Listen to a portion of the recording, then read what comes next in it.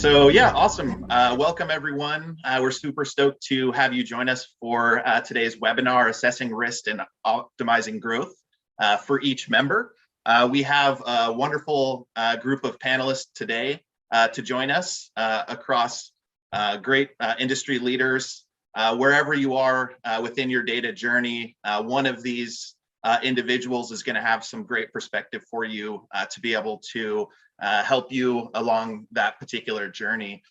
Before we get started with the panel, we're going to have a quick fireside chat with Blair Newman and Michael Lawson, and just to kind of get the discussion going. So to introduce you, we have Michael Lawson from CU Broadcast.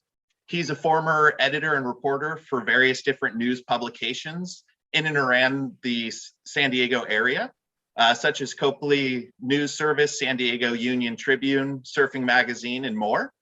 Following his time as a journalist, he was introduced to the intricacies of credit union industry, working with Scimitar Systems as the marketing communications coordinator.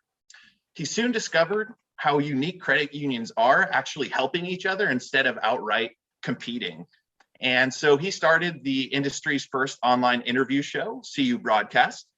In his spare time, he teaches media relations at the University of California, San Diego, and he speaks on various different topics such as journalism, PR, marketing, social media topics to credit union industry organizations nationwide. So welcome, Michael. We're super stoked to have you.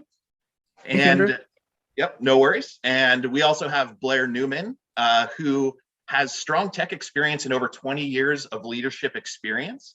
Blair Newman can provide unprecedented insights into the future of AI's development and use.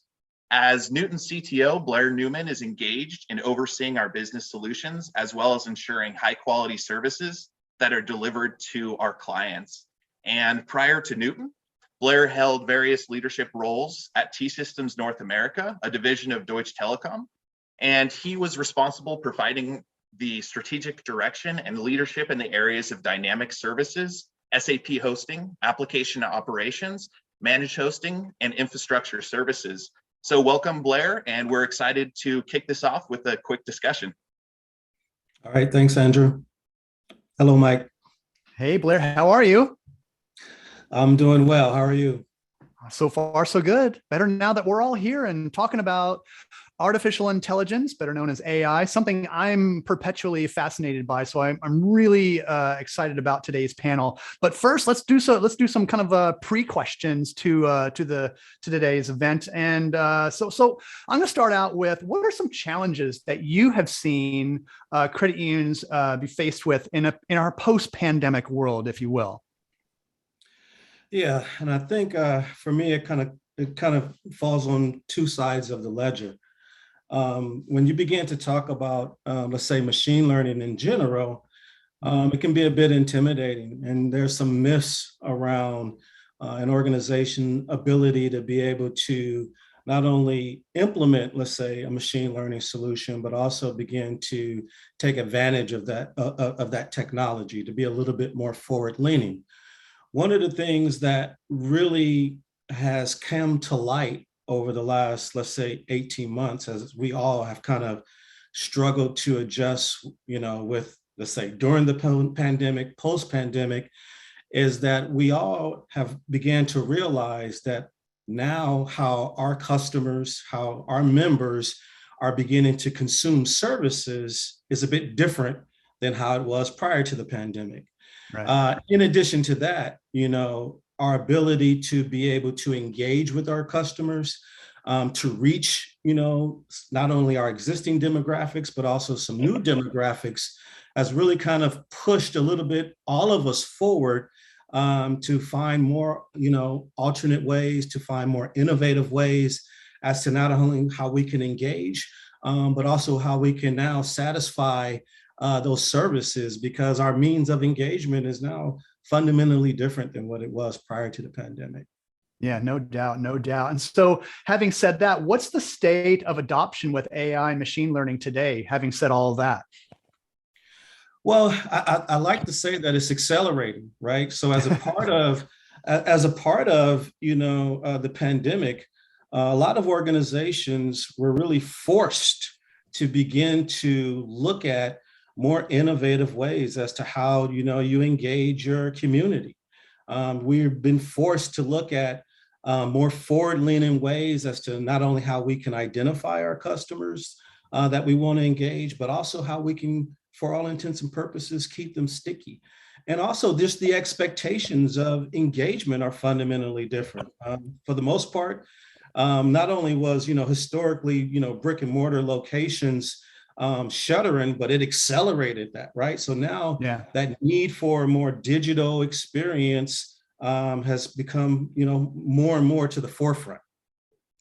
No doubt, no doubt. And so how have you guys helped address some of these challenges that are taking place today? Yeah, one of the things that, that Andrew mentioned in his introduction, and it's one of the reasons why I'm pretty excited about being involved in this panel discussion, is that we found that, everyone, for all intents and purposes, they're at different parts of their journey. There are some customers who are looking to explore how they can leverage a technology such as machine learning.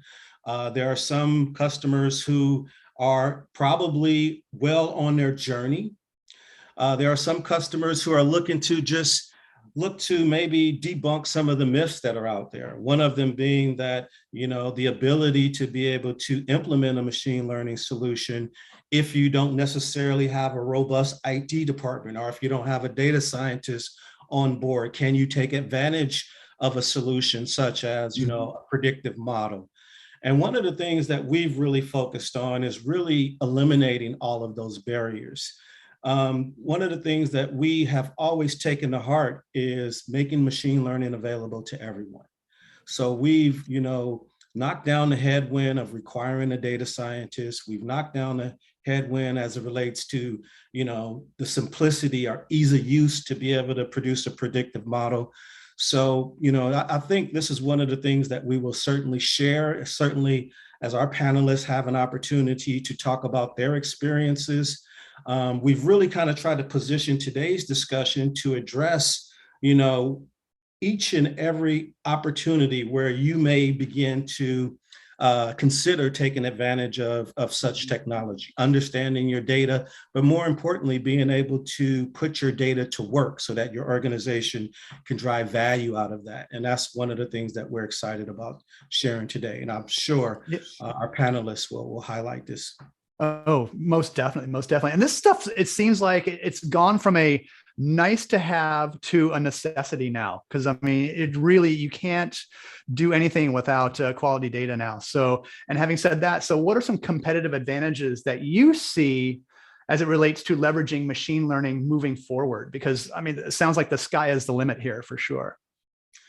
Yeah, well, I think when you begin to kind of look at some of the existing tools that are out there on the market, whether it's, your traditional BI tools, competitive advantages that you see as it relates to leveraging machine learning moving forward. I think, Ilya, you're off of mute. There we go. So, most of those tools really do a pretty good job of providing you, an historical view as to how your organization has performed or the behavior of your customers, et cetera.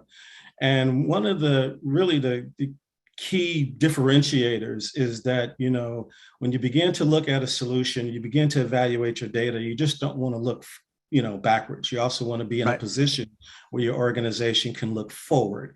And I think this is really one of the areas where being able to implement a machine learning solution really enables and empowers, an organization to be more forward-looking, in addition to, of course, being able to have that historical context.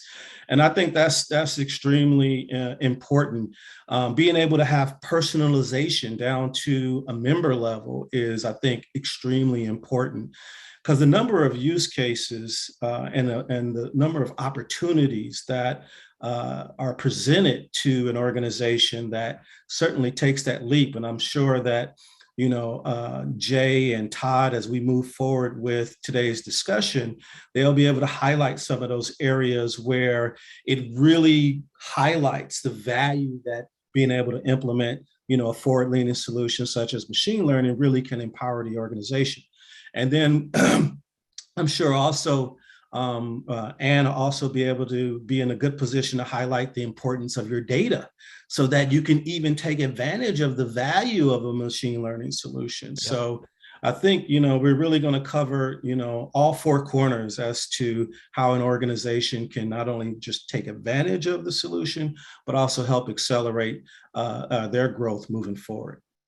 Yeah, so I'm excited. I'm going to be taking copious notes throughout the entire event. So I'm really excited to hear what these experts have to say, because I know they have loads and loads and years of experience in this. So it's going to be really exciting. So thank you so much, Blair, and we'll see you on the backside of this. All right, for another little fireside summary chat, right? Sounds good. All right. Awesome. Andrew. Perfect. Thank you very much, Blair, and Michael as well.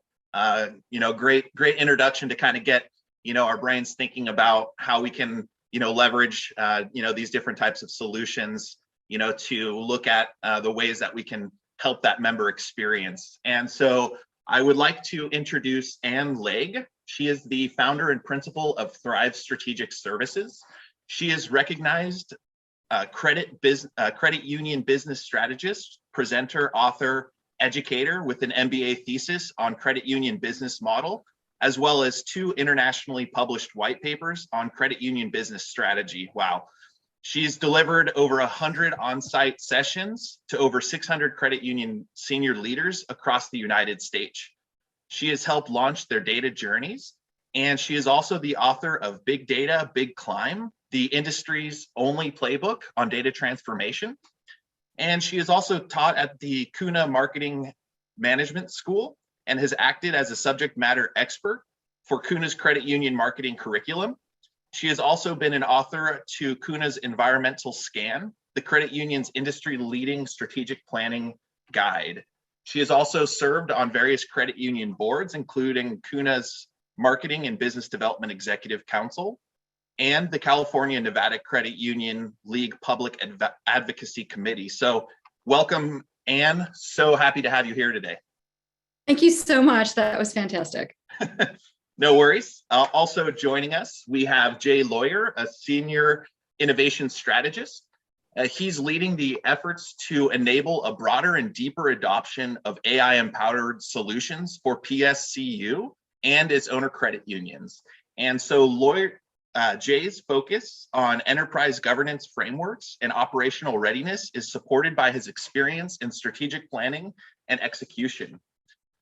Additionally, this also includes program and product management and risk and compliance roles in financial services. And he has held leadership roles in banking and payment processing with over 10 years of credit union experience. Hey, Jay, welcome. Hey, thank you, Andrew. Glad to be here. Awesome. And next up, we have Naveen Jain.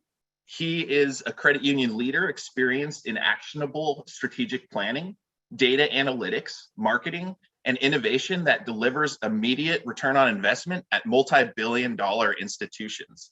He delivers the perfect composition of innovation and pragmatism, blending both technical and strategic expertise, empowering the lines of business to make sure there are measurable, data-driven decisions and can bring to light the abundance of low-hanging fruit within your data by guiding organizations through the many stages of analytics maturity. 𝘗𝑗𝑢lytics has developed a community around data and analytics and transformation, increasing knowledge and technology expertise at the industry level. They also host the most significant data analytics and digital transformation summit for credit unions across the nation. Welcome, Naveen. Thank you so much, Andrew. No worries. And then last but not least, of course, we have Todd Lindman. He's the Senior Vice President of Payments at Redwood Credit Union. And as we all know, achieving corporate success in today's competitive marketplace requires a creative and proactive thinker who has the ability to act as a liaison between IT, vendors, and business units. And that's exactly who Todd is. He has 25 years of banking expertise, which has given him a vast knowledge in payments, marketing, lending, card operations, online and mobile banking, as well as electronic services. So welcome, Todd. Appreciate you being here. Thank you. Thanks, Andrew. No worries. All right. Well, Blair, if you could go ahead and kick us off, that'd be great. All right. Thanks, Andrew. Thanks, Mike. I appreciate it. And I look forward to speaking with you further towards the end of today's discussion. And welcome, Naveen, Todd, Jay, and Ann. I think for myself, I probably have the most difficult job today, which is basically to kind of stay out of your guys' way so that you guys can share, you know, all of the insight that you guys have coming from really, I think we have an excellent panel that really highlights not just let's just say the complete journey that I think anyone would take as they look to not only begin to understand their data, how they begin that journey, but then also understanding the importance of innovation, understanding the importance of community, and then of course, being able to actually take that next step and then actually implement a solution. And hopefully Todd can share a little bit more about his experiences there as he's kind of completed the journey himself, at least initially, to begin to implement some of these solutions that we're discussing today. But let's get things going. And I think for the audience, I mean, obviously, I think Andrew has done an exceptional job in at least introducing all of you guys, but maybe we can start off with something just to get things warmed up, a little bit more informal. And we'll kind of start off first with you, and tell us a little bit about how you got to where you are today. And then also maybe just include something about yourself that maybe, you know, we all don't know or no one knows. We love some secrets. I love that. I absolutely love that. And I'm super excited to hear what everybody else's like little nerd out tidbit is that we don't know. So let me jump in first. I have had the wonderful experience of spending the majority of my professional life in the credit union industry. Again, Andrew did an incredible job of relaying it. When I was listening to him, I sort of thought, oh my gosh, I'm going to just tell everybody I started when I was 16. Sure, I didn't. But yes, so I spent 17 years in the C-suite for the credit unions, from the very small to the very large, all the way up to $1 billion. And I've also had the wonderful opportunity of leading credit union strategy for Fiserv and Community Mutual Group's Advantage Analytics. Obviously, my current focus right now has been, hey, let's take all that great work that I did when I had my MBA thesis, which I spent some time doing, to really understand how can we leverage what we have, and that is our data. And to this point, what we're focusing on is what's that big industry problem that Thrive can help with, and that is filling those data education knowledge gaps to give credit unions the foundation to understand how can they leverage all that awesome data so that they can really improve their members' lives. Now, the nerderific interesting fact about me is, and I am kind of embarrassed to say this, but I actually know the opening lines to Chaucer's Canterbury Tales in Old English. Is that not special or what? Yeah, I think at the end of today's panel discussion, we're going to ask you to share that with us. So, oh, I'm ready. I'm ready. We can thank a really interesting high school teacher for that. Yeah, that one's been in there for a long time. It's a great party trick. All right. Thank you so much for having me. No, it's a pleasure to have you. So Naveen, let's go with you next. So tell us a little bit about your journey. Mm-hmm. Yeah, so I think I have, I actually had a 25 years of high-tech experience before I got introduced to the credit union world. I joined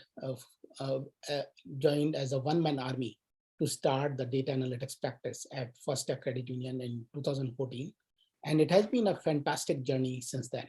I got introduced to the industry, which is very open, transparent, ready to take advantage of the newer capabilities that are available to the world now with data, digital, and so on. And after working at First Tech for about 4 years, I embarked on this journey with Skill-It-X. So even when I was at First Tech, I think the objective was to see how we can not reinvent the wheel. What is it something that I can learn from my credit union peers and banking peers to see what is it something that we can do at First Tech so that they can be successful. So a lot of things that we do today at Skill-It-X in terms of hosting the events, building and nurturing this active community, and providing that advisory services is all tailored around my first-hand experience at First Step, because I have been in your shoes and I know what are the challenges that you run into and how you should go about making those critical decisions so that you can get to value faster. Okay. So the one thing that many of you may not know about me is that I am into meditation. And sometime back, actually, I went to this Vipassana meditation in the Napa area, which is like a 12-day retreat. And it is a silent retreat where you don't really talk for 12 days. No electronics, no newspaper, no TVs, no nothing. So it was a fantastic experience. And the interesting thing is that when I came back after 12 days, I didn't remember, at least it was used to be that old iPhone with the passcode and all, and I didn't remember my passcode. So I have done those retreats multiple times since then, and it has been a fantastic experience. Yeah, well, I applaud you because I can barely go a couple of hours without any technology at the moment. So that's 12 days is amazing. So let's move over to Jay. So Jay, you know, you're leading, let's say, the innovation side of the house at PSCU. So tell us a little bit about, you know, your experience and also a little fun tidbit. Yeah, sure thing, Blair. So my experience has really been focused in financial services and wholesale payments, right? Whether it's in banking, the corporate credit union space, or at a payment processor. And but I really got to where I am now in my career, working with some incredible forward-thinking people, right? It's always about the people. A number of times in my career, I've been asked to put the pieces in place to support a new product or a new service offering, and being able to draw on my operational background, my risk, my technical and program management experiences kind of allowed me to guide the organizational change needed and to establish some of the needed support and governance models for those new offerings. As to the second part of your question, my wife and I were married in a castle in the Scottish Highlands, and it was an incredible wedding venue for sure. And perhaps a little bit of influence on my appreciation for golf and a good single malt. All roads lead to golf. All right. Todd, why don't you tell us a little bit about how you got to where you are today and a little tidbit about yourself. Sure. Well, I have a little Scottish connection as well. In college, I spent a semester over there, so I also enjoy a good single malt as well. So I'll have to have one sometime, Jay. So I've been in the credit union movement since actually when I was in college. I spent one summer working with Baxter Credit Union, just as doing kind of back office odd jobs that they got some college kids to do. So had a lot of fun with that. And that was my first exposure. After college, they actually had an opportunity in marketing and went through the process. And that's how my career started with credit unions. It was with Baxter, and really enjoyed my time there, had some great leadership. And really, I think someone else made that comment about the leadership at the organizations as well. And that's been a key thing for me, is just enjoying and really learning from the leadership at the various organizations I've been at. And it's been a long journey for me. It's been about 30 years. And I've started at Baxter and moved to, I was at Greater Nevada, which is right outside Lake Tahoe. I had a real passion or wanted to move out west and be outdoors. And so got to spend several years there, and then moved to Silicon Valley with the Lions Credit Union. And then from there moved to Park City, and I was with Mountain America for some time, running their digital banking and payments for the organization. And I've been at Redwood now for about 10 years. Really, and with every opportunity, it's just making the most of it and how do you look at things differently? And it's been a fun journey in working with various teams. But been at Redwood for 10 years, and I started out shortly after I started, I was asked to take over the digital banking. We were just implementing a new system, and that was a ton of fun. We actually got to the point where we were doing, we do monthly releases on both online and mobile. And really the channel for that is we take our member feedback and turn that into actionable items.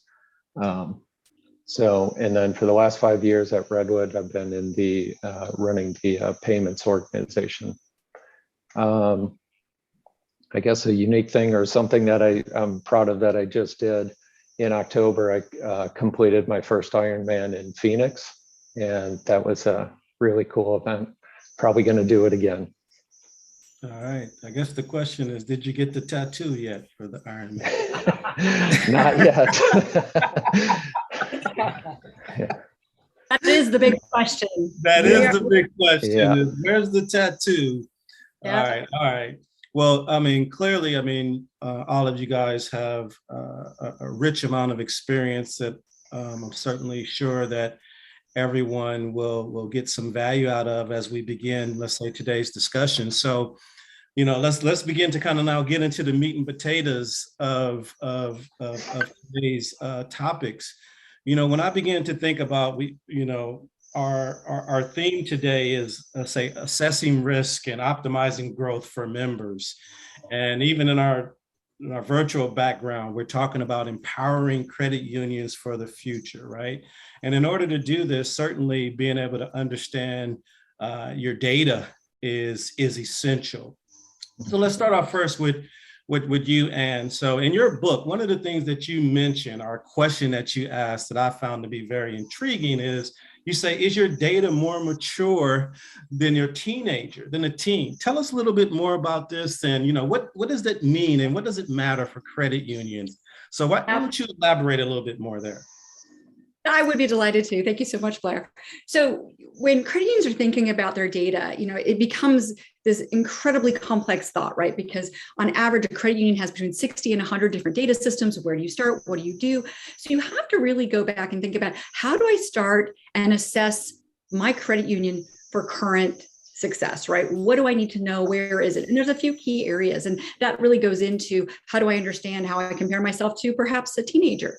So as you're thinking about where do I start, you have to start off with, really, what is that core fundamental? What is that current state? And then from there, you need to be thinking about data maturity. Data maturity has the 4 phases. I actually compared them to human evolution. So you have the baby phase, then you have the childhood phase, and you have the adolescent phase, and then you have the actual adult phase.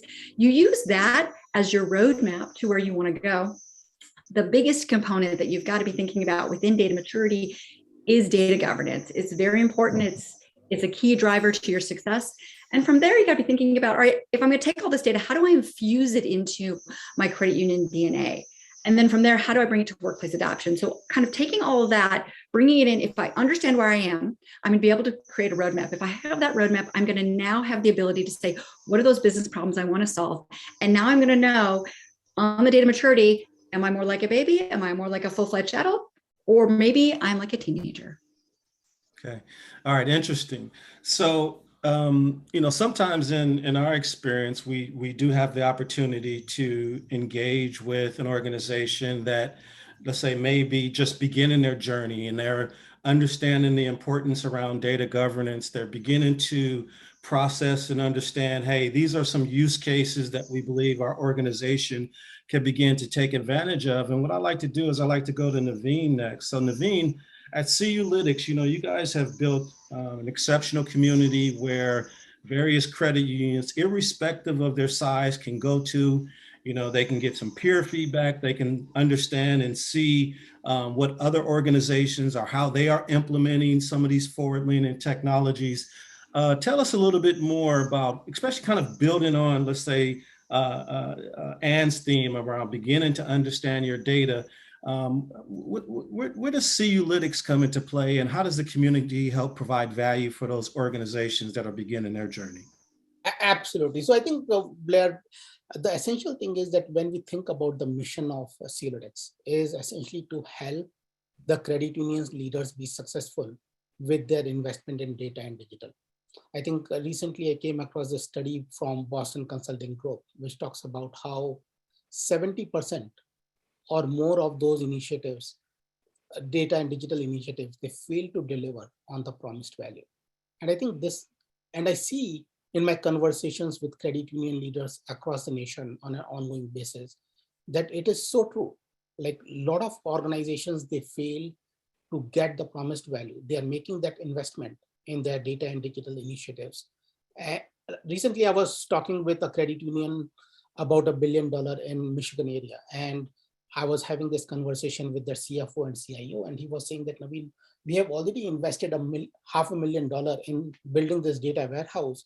And just now, when we are going to our business functions to understand what problems we should be solving, we're not getting enough traction. What should we do? What should be the next step? And I think that is where we have taken this approach of community. So when we think about 𝘗𝘂𝑇X, we think about community, events, and the advisory services. How can we bring a network of credit union leaders like Todd? I have a background with FirstTech, and there are hundreds of credit unions who are members of 𝘗𝘂𝑇X today.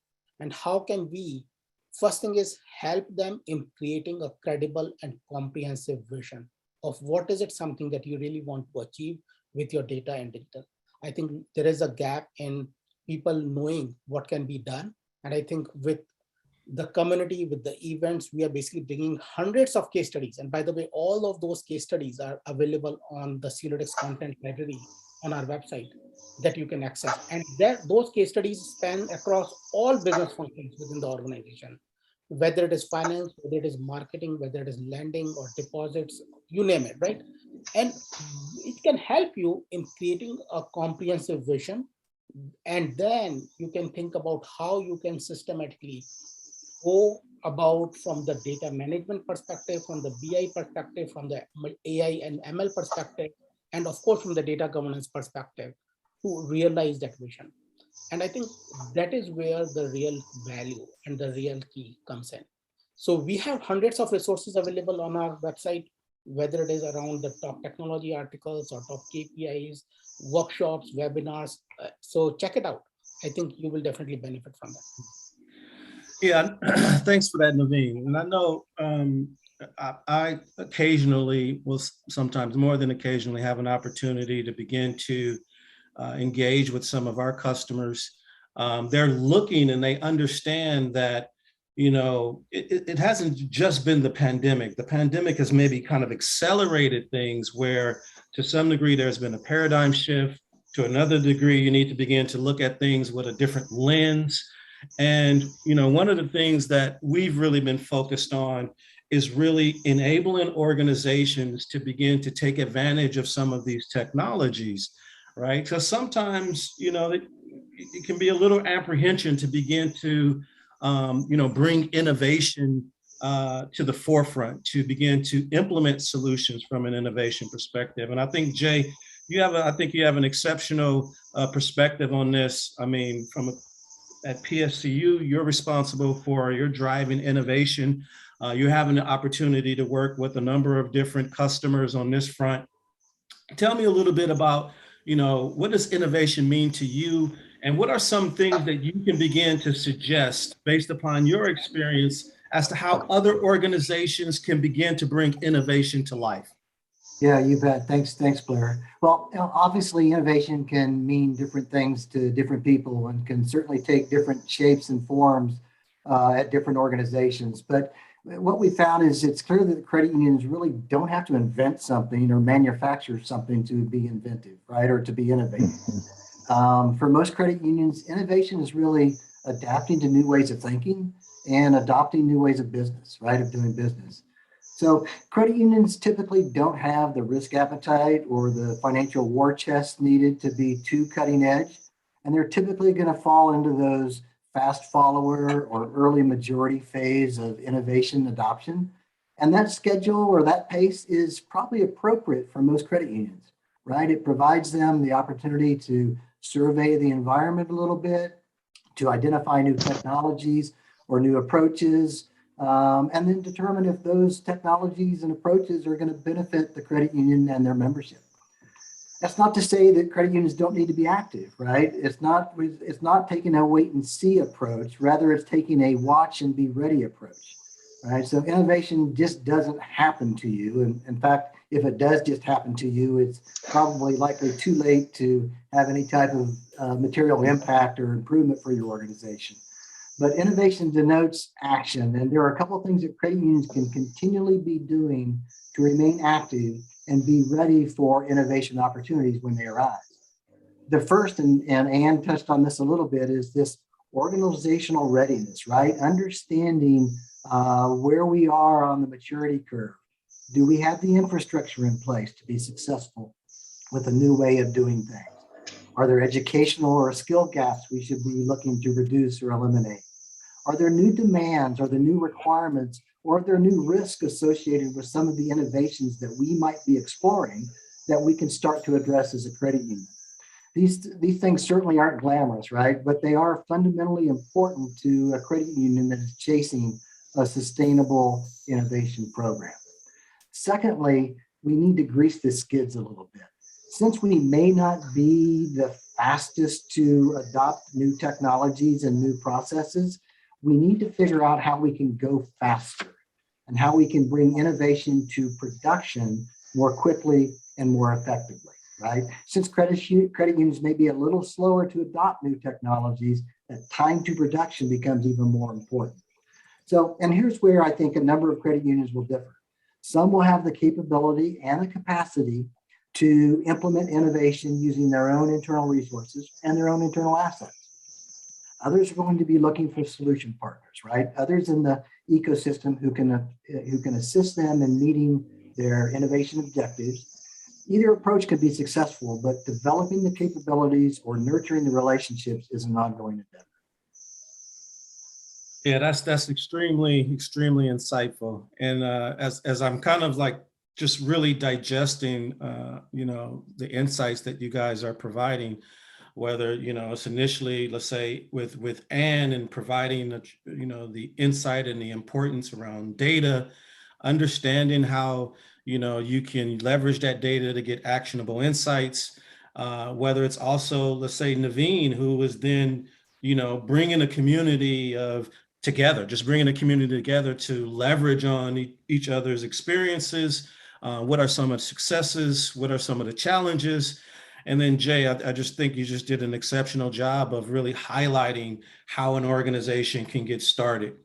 When we begin to take a look at what are some of the barriers when it comes to, let's say, implementing a solution or technology such as machine learning, it can appear to be extremely capital intensive.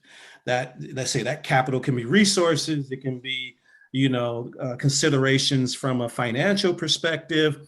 And then we also have to kind of deal with and face that sometimes there are some organizations, as you mentioned, Jay, they'll leverage those internal resources. They'll look to produce a forward-leaning technology. They may even work with a partner. And then let's say they do produce a model, they do produce a solution, but then they hit that roadblock of actually then implementing that solution into production and then realizing the value from an organizational perspective. And here's where I like to introduce Todd, because I think, Todd, you've been fairly successful at kind of going over all of those hurdles, right? Up to and including implementation. And I think the audience would really appreciate if you can now begin to maybe share your insights on how you've brought innovation to life. And tell us a little bit about your journey at Redwood, as how you've kind of had the ability to go, from goal to goal, you might say, and implement some of these forward-leaning technologies, such as, let's say, machine learning predictive models. Sure. So it's been a journey for sure. So I've been at Redwood for 10 years, and we were in a much different point in technology, data, innovation 10 years ago. And it's really being focused and strategic on what you want to accomplish. And so we've had actually data as part of our one of our 4 strategic initiatives for 2 strategy periods. So we're in our second strategy of dealing with data. The first one was really where are we with data? We were terrible with data. So the very first thing was just figuring out, getting all that data governance in place, figuring out, what's our definition of a member and a membership.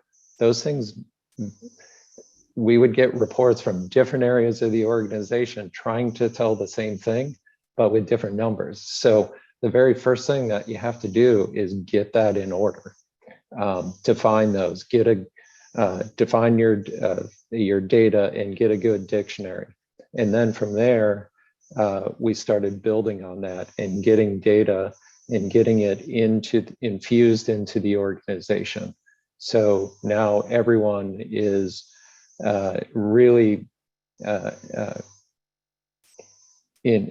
embraces data and uses it on a daily basis. And we also try and merge that with critical thinking and using data every day in the critical thinking process. So some of the things, one, Blair, that I want to bring up is we've been working with you actually on this, and it's around spending limits. And one of the things is we hear from our members and we give them a tool that they can provide us feedback. We give a tool so our employees can provide feedback, and we take that feedback and sift through all that data and try and figure out what members actually want. And one of the things is we discovered 10% of our members, when doing ATM transactions, hit their limit, daily cash limit. And part of that is we're starting to shift to more of a cashless branch environment and just general spending. So that's a thing that's really hard to predict. So we used AI to basically download all of our transactions, look at that, and try and predict the likelihood that someone would need higher cash limits. And we're going to expand that over to POS limits, basically on all cards, and limits kind of across the board, trying using data to predict what they actually need. So in the case with ATMs, we are going to have ATM limits actually going up to $10,000. And that's pretty unheard of in the industry. So one way that we're trying to mitigate the risk with that is we're making it self-service. So in our mobile app, we have your standard limits, and then mobile members can go in and bump their limit up to a higher amount. So if you think about that, you're automatically, by them self-serving, you're going to a two-factor authentication. So through the data and what we've been able to do is look at risk on the individual member, look at their needs, cash needs, from an individual member perspective, combine those two together and say, hey, here's your daily normal spending limit, which is going to work for you most of the time, but we understand that you have cash needs that might be higher than a normal limit. So we provide the ability to go in, bump up that limit stays for 3 days, and then just drops back down. So that's just an example of how we used data and AI to build out an innovative process for our members. Yeah, Todd, I certainly am familiar with that use case. Yeah. And if you would allow me, I know that a big part of that solution is underpinning that solution is a member risk rating model that is also AI driven. And that member risk rating model, rates your members, and there's a scale that we were able to develop, and we use that risk rating model as a basis to, I believe, enable your members to then take the appropriate action, right? So, and I believe that certainly, as you mentioned, there's certainly some tremendous amount of opportunity for us to begin to add additional use cases to that risk rating model. But one of the things that you highlighted, you talked about your branches moving to be more cashless, right? And I only can begin to think that a lot of these shifts, as you looking to drive more branch efficiency, et cetera, the pandemic has probably really accelerated this. Is there, have you seen any other shifts, going through the pandemic, and now we're looking and hopefully coming out of the pandemic? Are you able to share any other shifts that you've seen and how members are consuming your services, and where do you foresee Redwood going from here? Yeah, I would say, one of the biggest things is just the digital banking and mobile first environment. We actually took that mobile first approach years ago. So everything we were doing in our development efforts was geared towards, can you do it on mobile device? And having that mentality kind of across the organization, whether it's lending, new accounts, or anything to do with payments. So that's been a huge shift. We actually, I think we're at 58% of our digital users are mobile only. Then we're at I think it's our second use case is mobile and online, and that's a good percentage. And then our smallest, and it's only about 15%, is online banking only, where they're computer based, not mobile based. So huge shift, and that's been continuing and really accelerated since the pandemic started, going towards mobile. And the other change is just with the workforce and how we're all on Zoom or Teams or whatever it might be. And that's been a huge shift in how we work. And oftentimes you have the opportunity to, engage, your customers or credit unions when they're beginning the journey. Have you had the opportunity to, witness or share, any shifts yourself? Oh, absolutely. I think what's been the most fascinating part, and let's just take two steps back, it's, what the credit union really needs to do is to come and understand, most importantly, what is the friction that the member has doing business with us, right? That's your ultimate data use case. So when we think about member friction, we can then identify and pull out, kind of what Todd was saying, hey, how do we understand what's the data we need? How do we build the roadmap to solve? And then how does that become an overarching enterprise capability? So when we look at that from a capability perspective, we start to see a couple really interesting things. Number one, we see that uptick in critical thinking, just like Todd was saying. When we see the critical thinking, we start to see a credit union move from a reactionary position to a proactive position. And when you see that, you get to see a little bit of the comments that Jay was making around innovation. If I'm starting to build out that critical thinking, then I can see forward and say, let me put together a foundation, a process around how do I make sure that innovation becomes what I'm doing, because I'm now taking these insights and I'm able to do things with them. I think the best part about this is being able to shift away from my current landscape, like you said earlier on, instead of being in this kind of descriptive data space, moving into prescriptive data so that I can really understand not only the prediction, but how do I come back and solve that problem before the member articulates that it is a problem, going back to solving member friction. So that whole focus around member friction, how do we take our organization and culturally become a much stronger organization? How do we then take it and move even forward to help solve problems that we may not even know are problems right now, to be able to do that? So I think that's been a huge piece. Now, I'm going to jump around just a little bit. I'm going to head over to you, Jay.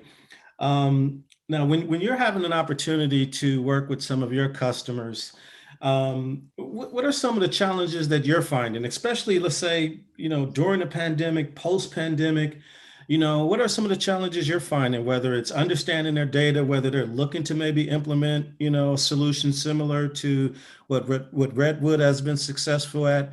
Can you share a little bit more as to the experiences you have there, and if you can, elaborate as to how you feel this can give them a competitive advantage?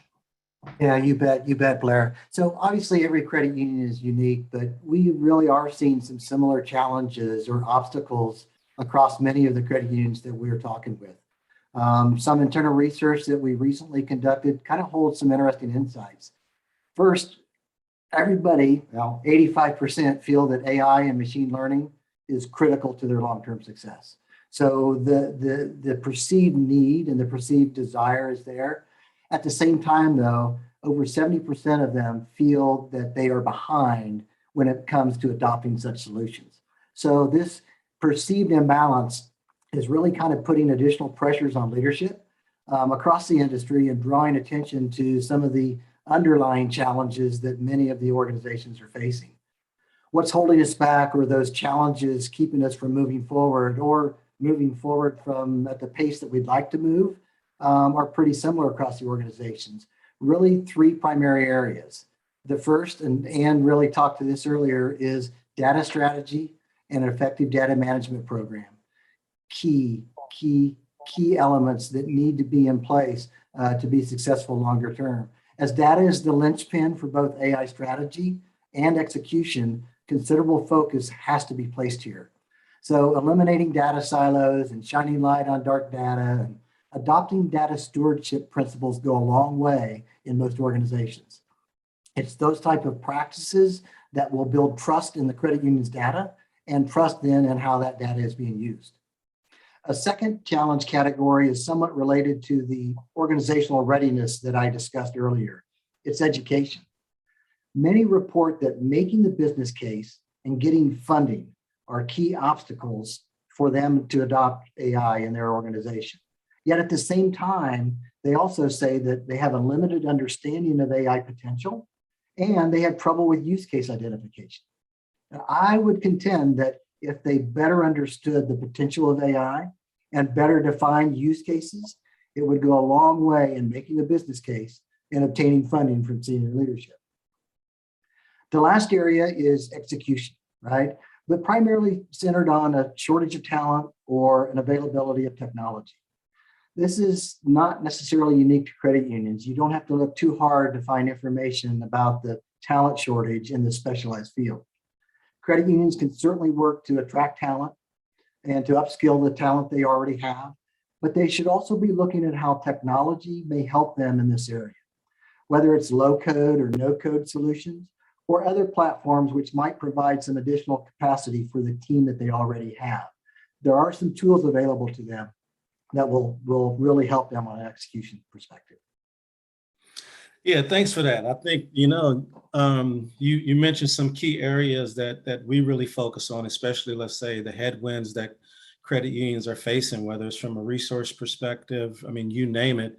That's one of the areas that we have really put a tremendous amount of focus on, is having a solution so that we're, let's say, empowering or enabling our customers to be able to produce models without the need of a data scientist, having a no-code solution, having a solution that's very simple or easy to use, we certainly believe helps even the playing field by enabling our customers to be able to take advantage of some of these solutions. And that's why I like to come to you next, Naveen. So 𝘳𝘂𝘂𝑡𝑖cs, your organization offers a wealth of resources for its members, whether it is, let's say, from a community perspective, whether it is from an event perspective, whether it is even from an advisory perspective. Tell me a little bit more about how you're helping credit unions even the playing field, especially against maybe some of those larger financial institutions, fintechs, whether it's also just some of the societal pressures that are out there. How are you approaching this, especially when you begin to think about data analytics, you begin to think about machine learning? What is your organization doing to help enable these credit unions out there? You're on mute, Naveen. Thanks, Blair. And I think in many ways, when I look at my experience at First Stack and in my conversations with the hundreds of credit union leaders that I have been talking with, one is that we often hear about how big banks are investing into AI, data, digital, ML, so on. and we always talk about the scale and all. But also we need to realize that they have a big challenge. Given that they are big, it is very difficult to make a big organization move in a very agile manner, in a new direction. There is a lot of baggage that they have to carry. Credit unions, on the other hand, given that they are small, and especially given the kind of solutions that are available, for example, through Newton and also other solutions that are available in the cloud, the field has actually started favoring someone who can be agile and who can make the things move fast. And that is an advantage that credit unions have. And there are tons of examples that we see across the world where organizations have actually leapfrogged the generational changes in the technology to get to the latest technology because they don't have that legacy baggage with them.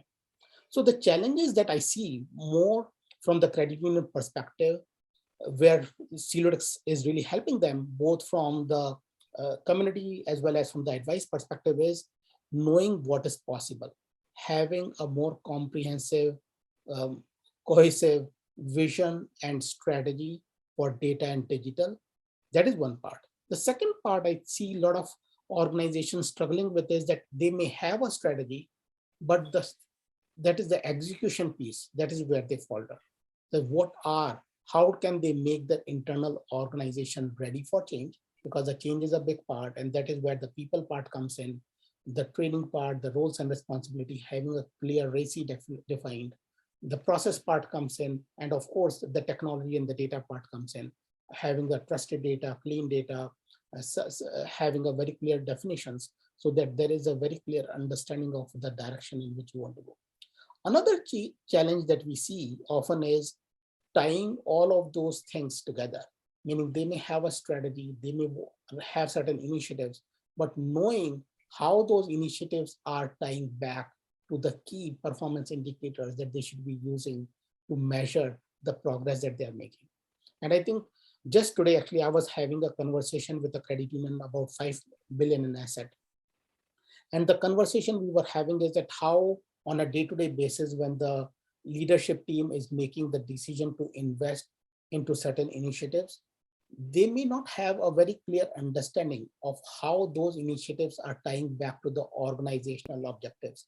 And more important, to those KPIs, whether it is the efficiency ratios or RAO and other things, so that they can really appreciate that when they are investing in those initiatives, what are some of those key decisions that they should be making or not making.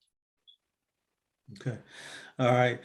Now, Anne, a lot of times when you're having the opportunity to engage in the community, it's oftentimes they're probably on the onset of their journey. They're probably looking to understand, let's say, why data is important. So, they say, two of the most difficult things to do in life is to either start or stop something, right? So you're typically at the beginning of this journey. So tell us a little bit about how you're helping or enabling organizations to get over that initial hump.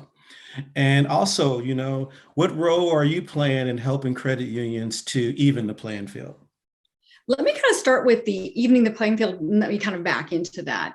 I think what's fascinating about credit unions is many times credit unions kind of forget a little bit about the point that Naveen just brought up around competitive advantage. And that is when a credit union looks at itself in the marketplace, it immediately begins to assess it against a traditional financial institution. And what I'd like a credit union to start off with is thinking about, look, your competitive advantage is actually the credit union hug. That hug is made out of two really important components. The first one is your heart. Credit unions are mission-based, are incredible. That service is fantastic. When they take that heart and they match it with that gorgeous head of data, they now have the credit union hug. They're going to be able to see opportunities for credit unions to truly change their lives in ways they can't actually see right now because they don't have the connected information and they don't have those insights.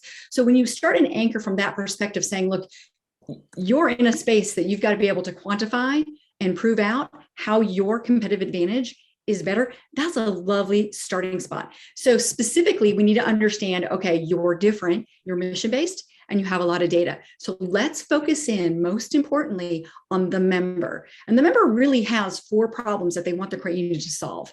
And when you think about this, each one of those has a lot of data attached to it and can have a lot of member friction. Those 4 problems are going to be, your member actually has a shelter problem, they have a transportation problem, they have a travel and play problem, and they have a rainy day and retirement problem.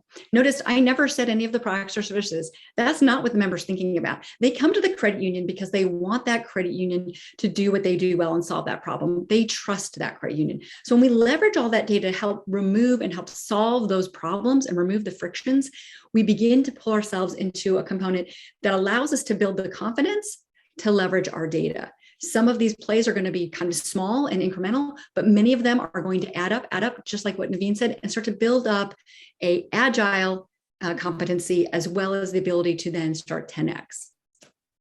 So I guess to circle this all back, really the biggest place is just start. And if you're going to start, look at your member friction. And if you're going to look at your member friction, look at the data behind that that's going to help you solve it. So very, very easy. All right. Excellent. So let's move over to Todd. So Todd, you obviously have I think a very excellent perspective, since your organization has really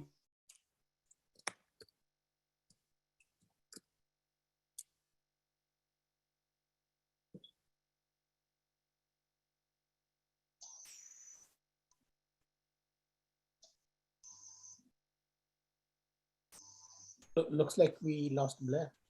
I think we might have lost Blair. Okay, I wasn't sure. Froze. I thought I got dropped. Todd. Good, Todd. You're good. Well, maybe I can add to that while we get Blair back on, because I think Yes. the question what Blair was going to ask was what has Redwood been looking for embarking on its data and machine learning journey? What challenges have you guys faced thus far, and how have you guys addressed them? As far as data, I mean, the big thing for Redwood is we're always striving to be better, be smarter, get more to one-to-one relationship with our members. And, ultimately, if we can anticipate our members' needs, and the only way that we can do that is through, data and feedback from our members. And members love to tell you what they want. So we have a great tool and mindset with the organization that we call TME, which is Total Member Experience. It's our whole team. They're the voice of the member, and they take that feedback from members. We get it into a system. We evaluate all those. We look at the data behind that. And that's really how we set what we're doing next and what projects are important. And pulling that in with some of the data that we see and some of the things that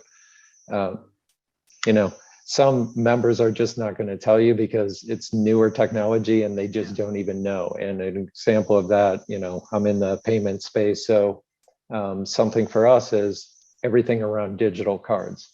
So it's a wave that's coming. Members aren't exactly asking for that right now, but we have to be prepared and get ready. So, one of the things that we are doing is in our online and mobile app, we built a whole card manager platform. So they can manage their cards, they can freeze their card, they can report lost stolen, they can actually do disputes online and in mobile. We just rolled out in October that one of the feedbacks or friction points that we have, thank you, Ann, was when members lose a card or have fraud on their card, they're without a card. Yeah. So when are you going to lose that top of wallet position? It's when they're without a card. So we have been working to have digital issuance. So we can actually, if someone has fraud on their card, we can have a digital card in their hands within seconds. They can they can upload that into their mobile wallet. And in about a week and a half, we're going to be automating that process as well. So all they have to do in their mobile app is click one button and take that digital card, and it'll push it into like their Apple Pay or Google Pay. Oh my God. Now we can reissue a card anywhere in the world in a matter of seconds. So some of it is the data is there to support what you're going to do, and some of it we just have to, be looking forward and seeing where the industry is going and get your initiatives going that way. Todd, you just did like a virtual mic drop. That is amazing that you just described. Obviously, Anne is like jumping out of her chair. So that's amazing. And the data allows you to do all this stuff, right? I mean, to have that person's card up and running and within seconds is phenomenal, as opposed to just a few years ago, it would have been days to get your card back. Gosh, that's amazing. We thought instant issue was cool, in the branch, but we're taking that kind of to the digital world where everything else is going. Pandemic also kind of accelerated that. So we want to be able to do that with our members anywhere that they are. And, we have about 400,000 members. We have 20 branches. We drive everything to make it so the member can service them, in a remote manner, so they don't have to go into a branch. Our branch ratio to number of members is very small, so we have to be very efficient in how we serve our members. Yeah. Well, you guys are doing it right, for sure. And as we wait for Blair to get back on, come on, Blair, we're cheering for you. Come back on. We're here. We're waiting for you. There was one more one session here that I was going to ask you guys, each of you, in 5 words or less, to give advice to the audience as to how they can start in this area now. But before we get to that, I just want to let everybody in the audience know that after their responses to this question, we'll have an audience Q&A. So if you guys have any questions that you want to ask each of the panelists, that would be great. Now's the time to kind of think about them and then get them formulated in your mind and throw them in the chat. And then we will definitely ask our esteemed panelist your questions out there, because take advantage of it. They're right here in front of you. So with that said, all right, I'm going to get to the 5 words or less. Give advice to the audience as to how they can start now in this area. And Todd, since you're here already, since you're right in front of us already, I'm going to ask you to go first. So what are 5 words or less, or maybe 1 or 2 more? It doesn't. We're not counting too much here. 5 words. Let's see. Data is powerful. Use it. I like it. And then Anne, I'm going to let you go next. What are 5 words or less? I've got 3. Identify member friction. 3. Identify the member. Identify the member friction. Friction. Yes, most definitely. Naveen, I'm going to let you go next, sir. Sure. So I think it is start small, think big, and move fast. Ooh, I like that one. Oh my gosh, you guys are knocking it out of the park. All right, Jay, the pressure's on. No pressure at all. It's data informed, then it's data driven. We need to know what questions we need to be asking ourselves, and data informed gets us there first. Completely. Oh my gosh, you guys. I mean, that was the show right there. My gosh. 5 words or less. Oh my gosh. All right. So everybody who's attending, our audience members, if you guys have any questions, feel free to throw them out there. I had a few as I was taking my copious notes during the event here. So one of somebody talked about the speed of adoption and how we need to get credit unions doing this much faster. But I was kind of taking the other side of it. And so how do you speed up adoption without going too fast? Because there's some credit unions, I mean, we all know that every credit union is different, but how do you speed up this adoption without going too fast, without overwhelming a credit union in this area? And you're nodding your head like crazy, so I'm gonna let you go if you want to answer this one. I would love to. I'd love to. And the answer to that is incremental growth. And that means you're taking that big journey, and you're not going to say, oh, today I'm going to run the ball all the way down the field, because that's crazy pants. What you're going to say is, I know that within a year, I want to get to that goal. What Todd has been doing, which is, hey, how am I going to get through an Ironman? That's 140, miles. That's a lot. He didn't start off one day and say, okay, I'm going to swim, bike, run. He said, okay, I'm going to start incrementally. I need good shoes. I need health. How do I start off with these small steps? Because what's super fun about it, and I'm sure this is what Todd did too, is all of a sudden he realized, he's like, holy smokes, I got a mile swimming. I've got, a half marathon running. I've got, 56 miles in a bike. I'm ready to go. That's half half of an Ironman that he probably wasn't sure, although Todd's pretty much a rock star. He probably did know he could do that.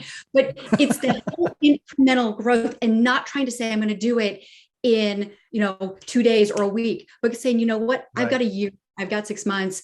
Let's do this. Let's do it with our baby steps, because pretty soon you go back and go, oh my gosh, I just did that. To, the point about Todd and his Ironman, all of a sudden he's like, I'm halfway there. That's the moment. I'd love to hear, others add on to the incremental growth. Yeah, indeed. Yeah. What's that old saying? Don't swallow the whole ocean, or don't eat the entire elephant, or whatever. Don't boil the ocean, make a dang good cup of tea. And then there you go. There you go. Does anybody else? Oh, hey, Blair's back. Blair, welcome. Please continue, Mike. Please continue. It's okay.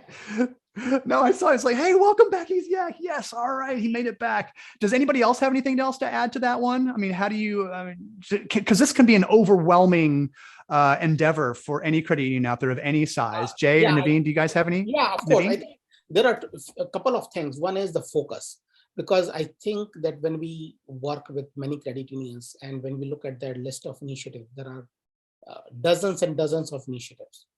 And I think it is better to focus on a small number of things and take them all the way through, rather than trying to have too many things on your plate. That's one thing. And the second thing is having an alignment across the organization, all the way from leadership team to the people who are really executing on those things, so that they're all working towards the same goal, same objective. And it is not something where people are confused about what are they really working towards. And I think even though it may look simple, but I see this as a challenge across so many organizations. And I think that is one area where they really should think about focusing. Indeed. Jay, do you have anything else to add on this one? Yeah, I mean, just a few thoughts, and I don't necessarily think it's a bad thing to start small, right? Because really what you're wanting to do out of those first 3 or 4 projects that you're going into is build capability, right? Build some confidence and build that move away from inertia and into some forward-leaning activities, and I think that's important for us as well. Yeah, that momentum for sure gets you going here. And Todd, I really enjoyed your transparency in the beginning when you guys said, when we first started with their data analytics, we were terrible at it. So I love that. But anybody who starts anything, no matter what it is, riding a bicycle, driving, we're all terrible at stuff in the beginning, but we learn and we take those, like you said, these baby steps, and we get better and better. And like Jay just said, that it's that momentum that gets you going and taking those small steps. So really, and from the creating perspective, what was it overwhelming for you guys in the beginning, Todd, or how did you guys look at it and then get to where you are today? I would say at Redwood, we're extremely good at executing strategy and doing strategy in the right order. So, we realized we weren't good at data, so we're not going to jump right in and say, hey, we need to do AI. We need to get our house in order first, and then take those baby steps. And it's really executing strategy in the right order. So that was a big thing for us. Exactly. Blair, did you have anything to add on this as well from you guys' perspective, as opposed to getting people started? Because that seems like one of the biggest hurdles. We talked about hurdles and challenges and stuff. That seems to be one of the biggest ones.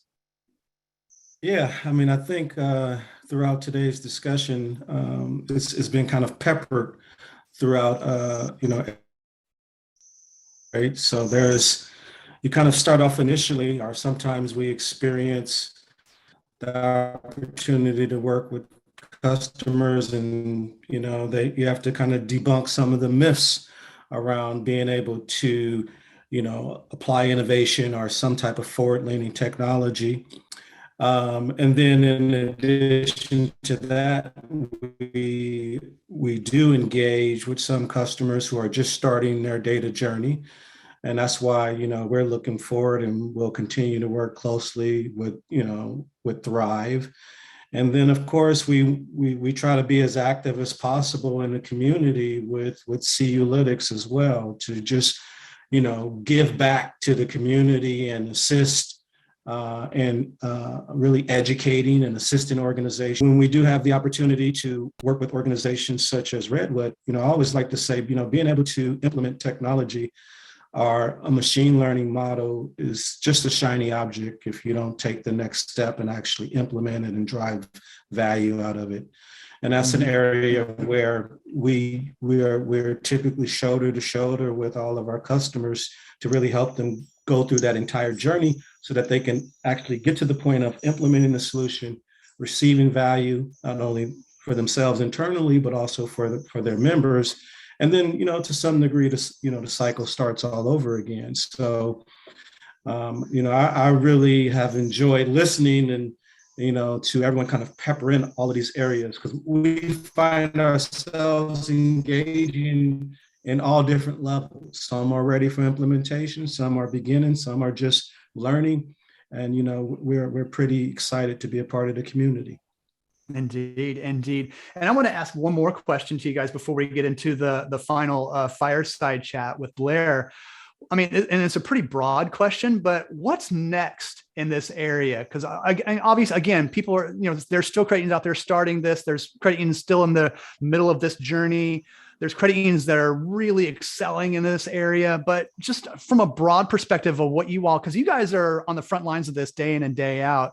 And Naveen, I'm going to start with you on this one. What's next in this area that you're seeing out there? What leaps or jumps can credit unions take in this area to, again, like what we talked about earlier when Blair was talking about, even or leveling the playing field in this area? What's next for us, Naveen? Yeah, I think when most of the credit unions and even the most progressive credit unions, like when we think about what you are doing at Redwood Credit Union, Todd, are just scratching the surface. I think the use cases of how data and especially AI ML can help the credit unions are so many. It touches each and every business function within the organization. Just other day, I was actually having a similar conversation with our community credit union, 𝘗𝘯𝘵, and he was talking about how they are using the AI ML models for staffing purposes, trying to understand which business functions within the organizations should be hiring or based on the load and other things. Same thing we hear about today. We heard about the risk modeling, but market propensity is a big area, right?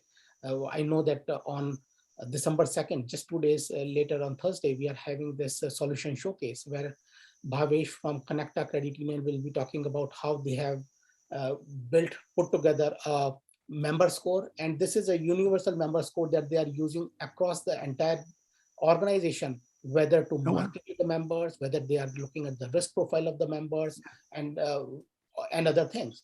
So I think it is all about that, how you can start first, maybe looking at the low-hanging fruits and then continue to invest that savings or the value that you have got from those early successes into doing more advanced things.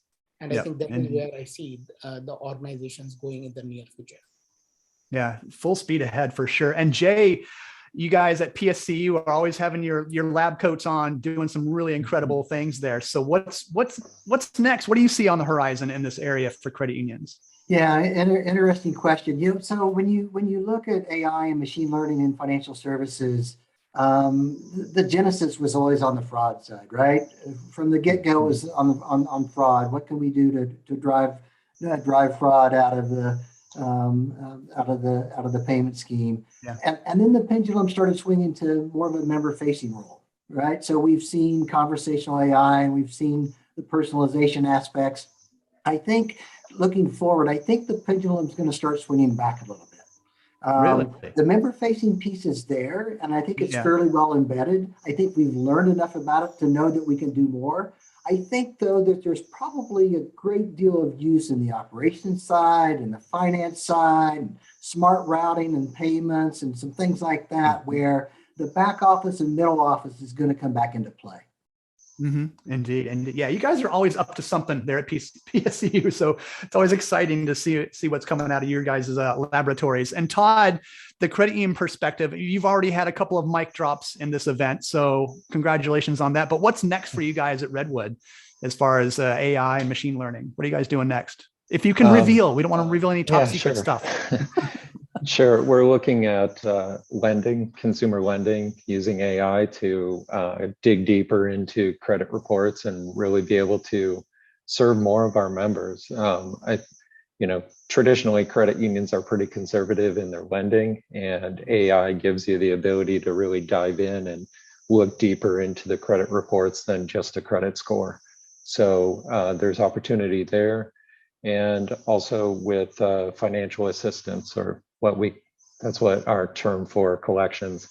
We're able to use AI and just looking at the likelihood of members repaying and being able to do something as simple as prioritizing queues for our team. So they're much more efficient. We actually look at members and try and predict if they are going to have troubles and reach out to them proactively and help them out before it's even an issue. Yeah, that's what I was thinking too, the whole predictive aspect of it. Yeah, so you can really be ahead of the game. And members are certainly going to appreciate that big time, even before they know they have issues. So good stuff. And Anne, lastly, I'm going to come to you because you're talking to like 100 credit unions a day. So what are you hearing out there and what are you seeing out there based on your research in between climbing mountains and things like that? What you're doing? And all that crazy. I think there's a couple of things, and I'd like to take two steps back to the industry. And what I'm seeing is that data is now riveting through the industry. It's not just the big people playing. It's not just the billion-dollar shops. You're really being able to see now credit unions in that smaller market size saying, what do I do and what can I do? And clearly there's so much more for them to do. So I want to say that what I'm saying is the boat's rising. Now, if the boats are rising, then that allows us to really look at the whole industry and what it can do. And let's just circle that onto financial health. And everything we've been talking about is going back to that. How do we improve that member's financial health?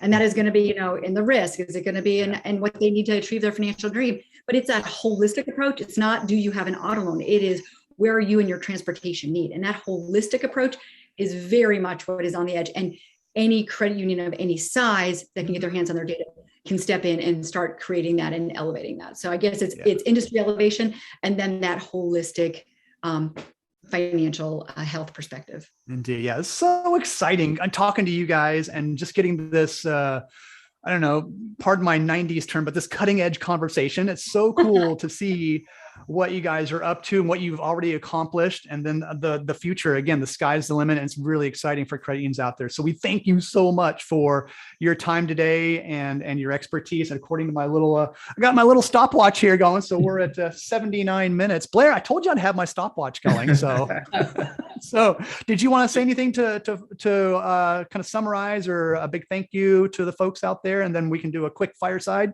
to summarize. Yeah, absolutely. For one, I definitely want to extend my thanks not only to the panel members, Anne, Jay, Todd, Naveen. I mean, all of your guys' insight has been exceptional. But of course, I know that we not only have attendees here on Zoom, but also in LinkedIn. Time is probably our most precious and valuable commodity. So certainly appreciate everybody taking the time out to join us. I'm certainly hopeful that everyone, I know even myself, had an opportunity to gain some insights from the feedback from all of the panel members. So certainly for us, we're going to continue to try to do our part in enabling and empowering. And again, my objective was to, as much as possible, stay out of the way and let the experts share their insights. So thank you as well, Mike, for stepping in when the internet gremlins decided to attack my internet connection. But so I certainly appreciate that. My pleasure. Happy to help. Big warm thanks to all of you guys. Indeed. Did you want to do a connection willing, Blair? Did you want to do a quick little fireside to kind of wrap up here, or how did I think it's been the perfect wrap up. I'll be respectful for everybody's time, and I think we're good at the moment. Awesome. Awesome. Well, cool. Well, great. Fantastic. This is a fantastic event. I love the way you guys set it up. And then again, the panelists were definitely the stars here. So just some really, really good takeaways and yeah, just great stuff. So thank you all again for attending today. And Blair, thank you very much for you guys hosting. Exciting times ahead for sure. Yeah, thank you. Absolutely. Thank you so much, everyone. Thanks, Right. everybody. Bye. Thank you. Thanks, guys. Be well, be safe. We'll see you in 2022. Bye.